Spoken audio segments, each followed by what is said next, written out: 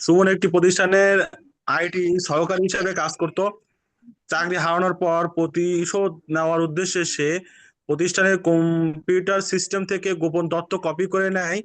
পরে সে ওই প্রতিষ্ঠানের সার্ভারে ম্যালওয়্যার মেলোয়ার। ম্যালওয়্যার প্রবেশ করায় এবং ম্যালওয়্যার প্রবেশ করায় এবং কিছু গুরুত্বপূর্ণ ডাটা নষ্ট করে ফেলে। এছাড়া সে প্রতিষ্ঠানের কর্মীদের কাছে ভুয়া ইমেল পাঠিয়ে তাদের ব্যক্তিগত তথ্য সংগ্রহ চেষ্টা করে। ভৌত অবকাঠামো বলতে কি বোঝো? সুমনের প্রথম কাজটি কোন দফার অন্তর্ভুক্ত ব্যাখ্যা করো।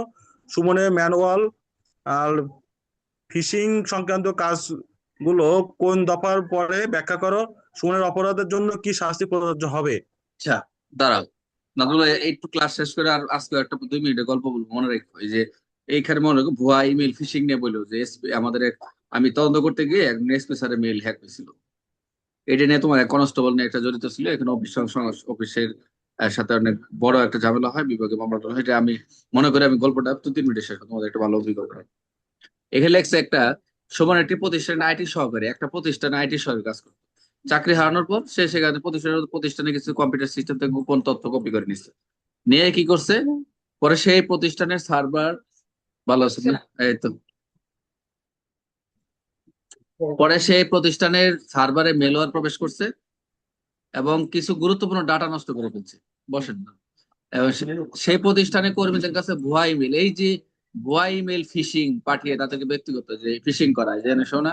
ধরেন এই যে আমি বসে ধরে রাখি, তো এই ভুয়া ইমেল, এই যে আমাকে যে গতকাল যে গল্পটা বললাম, যে আমাকে কি মেল করছে না প্রথম, আমি যে ইনভলভ হয়ে গেলাম, এই যে ইরাকের একজন আমাকে ছবিটি পাঠায়, আমি কি হলাম, আমি কি প্রতারিত হইলাম না? আমাকে ফিশিং একটা ভুয়া ইমেল পাঠায়, তার ইমেলটাও তো ভুয়া, মানে সে তো সঠিক ব্যক্তি না। কিন্তু তাকে তাকে দেখার জন্য, তাকে কথা বলার জন্য আমার কিছু জাস্টিফাই কিছু আমি নিজে করে নিছি। কিন্তু এই যে ভয় মেলটা হচ্ছে ফিশিং এর মতো আর কি। আপনাকে মনে করেন পাঠাইছে, থ্রো করছে, আপনি যদি পড়েন, পরে আপনি ফিডব্যাক দেন, তাহলে এটা মনে করেন তাদের বসিতে বেজে গেল। ফিশিং, যেটা বলে ফিশিং, মাছ ধরার মতো। তো এই যে তাই ওখানে ব্যক্তিগত। মনে হয় স্যার ওই যে হম। লিঙ্ক শব্দটা ছাড়া পড়ছে মনে হয় স্যার, ওইটা ফিশিং লিঙ্ক। আচ্ছা, ওইটা আব্বু অসুবিধা, ফিশিং লিঙ্ক সমস্যা নেই, এটা ওই দিছি। তে মনে করেন তারা পাঠাবে, বাজে গেলে তো বাজলোই। যেমন এই পার থেকে আমি রাজুরে অথবা রাজুর রফিকরে আমি মেল দিলাম, সেই মেলটা যদি অ্যাকসেপ্ট করে, মেলটা যদি আমি যেখানে দিলাম একটা লিঙ্ক দিলাম, মেলটা ওকে ক্লিক করলে এখানে ডাটা সব চলে যাবে। অটোমেটিক দেখতে হলে এখানে কি হচ্ছে, জাস্ট ওটা ক্লিক করে সকল, তখন পাসওয়ার্ড টাসওয়ার্ড আমি নিয়ে আমি কাজ করে ফেলতে পারি সমস্ত ইনফরমেশন গুলা। দেখে নিয়ে আমি একটু গল্প পরে বলবো, জাস্ট আমরা এখানে আসি। তাহলে এটা আমরা কত ধারা প্রশ্ন বলতো? আমি সিরিয়াল ভাবে রাখছি, সিরিয়াল ভাবে রাখছি, বাট হ্যাঁ। তাহলে আমরা এটা কিভাবে বুঝলাম মনীষ ধারা? স্যার এই যে ভাইরাস সিস্টেমে ক্ষতি করছে স্যার, হ্যাঁ, সিস্টেমে এটা ক্ষতি করার জন্য স্যার।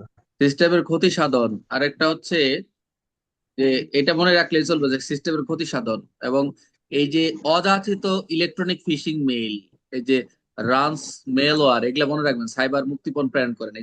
এই যে কম্পিউটার সিস্টেমে আগে তো আমরা কিন্তু 18তে কম্পিউটার ডিজিটাল ডিভাইসে, এই সাইবার স্পেসে ভৌত, এই যে ভৌত অবকাঠামো যখন বলবে না, এই ভৌত অবকাঠামো বললেই মনে করবেন 19, এবং এই কি করবে, ক্ষতি সাধন করবে।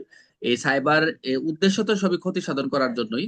তবে এখানে মনে রাখবেন যে কম্পিউটার নেটওয়ার্ক মাধ্যমে বৈধ বা ক্ষমতাযুক্ত ব্যক্তিকে প্রবেশ করতে কোনো উপায় বাধা সৃষ্টি করে না, বাধা চেষ্টা করেন। আরেকটা বিষয় মনে রাখবেন, যেটা ক্ষতি সাধনের উদ্দেশ্যে ইচ্ছাকৃত প্রাপক, যিনি প্রাপক এবং গ্রাহক এর অনুমতি ব্যতীত অযাচিত ইলেকট্রনিক ফিশিং, এই যে ফিশিং, ওই যে ফিশিং মেইল, এই ফিশিং মেইল বা লিঙ্ক যেটা বলেন, এবং রানস মেওয়ার মেইল সাইবার মুক্তিপণ প্রেরণ করেন, যে আমরা এটা মেইল দিচ্ছি না, তোমার এটা সমস্ত হ্যাক করে দেবো এবং সমস্ত ইনফরমেশন আমাদের চলে আসতেছে, আমরা এখন 1 কোটি টাকা দেন, এরকম অনেক সময় দাবি করে, অনেক কিছু ইনফরমেশন চায়।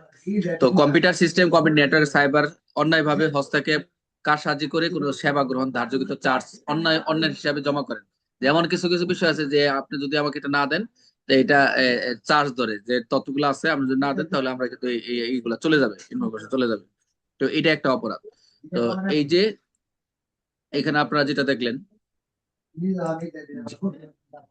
আচ্ছা, সমান একটি আইটি সহকারী সে কাজ করতে বলিয়ে দিচ্ছে, এবং সার্ভারে কি করছে, এই যে সে এইটাই 19টার যে ক্ষতি সাধন, সে মনে রাখবেন যে এখানে মেলওয়ার, ওই যে ফিশিং মেইল বা ফিশিং লিঙ্ক যেটাই বলেন না কেন, এই ধরনের কথাগুলো থাকবে, যে এখানে একটু প্রবেশ করবে, এই যে পাঠিয়ে তাদের ব্যক্তিগত তথ্য সংগ্রহ করছে। এই জন্য ভৌত অবকাঠামো বলতে কি বুঝো?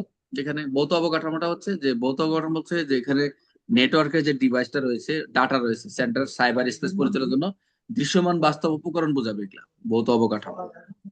তাহলে আমরা প্রথম যে অপরাধটা ছিল সেটা গোপন তথ্য 19-1 দেখলাম। আপনি পরীক্ষা হলে 1-2 লেখার কোনো দরকারই নেই, কিন্তু সাজা ম্যাক্সিমাম 1-2 এগুলো ম্যাক্সিমাম একটু দেখেন, আমরা যখন পড়াবো এগুলো ক্লিয়ার হয়ে যাবে। এই কথা কি আমার শোনা যায়? স্যার একটু পাশে কথা বলতেছে তো। আচ্ছা, তাহলে এটা একটা গেল। আমরা 19-এ মোটামুটি দেখলাম যে ভৌত অবকাঠামোটা এগুলা পড়ে নিয়ে এগুলা আমি সে পিডিএফ দিয়ে দেবো। বিশেষ করে আপনারা যারা এসে দেখেন সামনে পরীক্ষা দেখেন বোর্ডের কিছু প্রশ্নগুলো একটু দেখেন যে এটা এগুলা কি। আমরা যেখান থেকে যেভাবে করে যাচ্ছি এখানে যে প্র্যাকটিসটা করাবো দেখবেন হলে গিয়ে ইনশাল্লাহ প্রশ্ন এই সাইবার থেকে কেউ ভুল করে না।